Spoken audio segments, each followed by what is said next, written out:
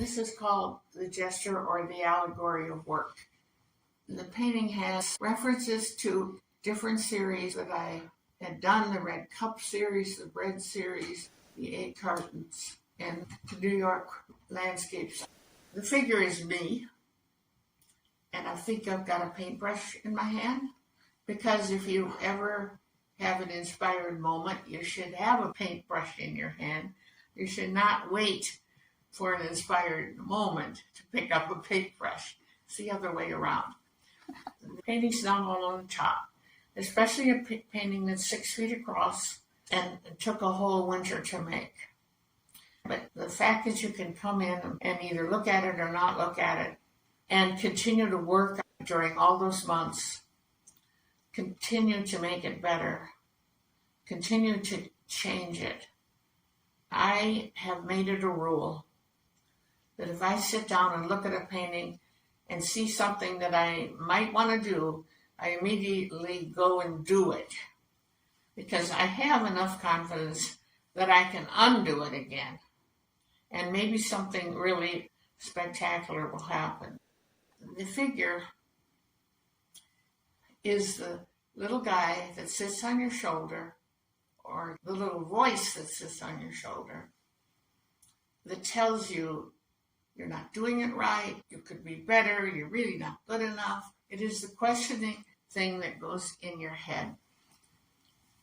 Now, when I tell this story to people, they either know immediately what I'm talking about because they've got that guy on their shoulder, or they're totally self-confident and they have no guy on their shoulder and they don't know what I'm talking about. So for all the people who do know what I'm talking about, this painting resonates. The figure is from Picasso, because Picasso is the guy who sits on the shoulder of every mid-20th century artist, and he's better, and he's more prolific, and he's had more ideas, and he's done everything already. He is in many of the early Blue Period Picassos, and he is a saltimbanquis. It's a Spanish word that refers to the traveling players that would come around and set up a tent in your town and do a circus act. And when we were in Omanieca, this actually happened.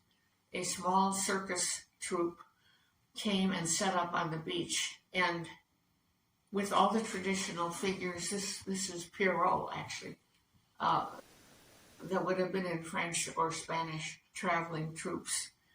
There were certain figures that people expected to see. They knew about them, and they did certain traditional things in these shows. So this figure is Pierrot. He usually had pants that were one leg of one color, one leg of another. He had triangles on him and a certain kind of hat. I'll talk about some other interesting compositional aspects of this. The figure is right smack in the middle, or almost in the middle. The window divides, and then there's a kind of a cross this way. So it's kind of an unusual composition with these two big rectangles, which really open up the space behind the figure, which becomes part of the column in between the two windows, and opposed by the horizontal of the bridge. So you've got that as a kind of framework to hold the two things together. The two figures that kind of play against each other in their color. They're similar in color, but one is lower and one is higher. The big planes of the apron that are on the figure kind of play against each other. The warm and cool of his orange clothing against his green clothing, and in my case, my arms against my apron.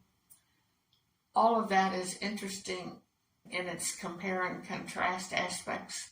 And then the blue which stays forward and in front, and the blue which is also far away. So the closest things coming forward are blue, and the farthest things that are going away are blue.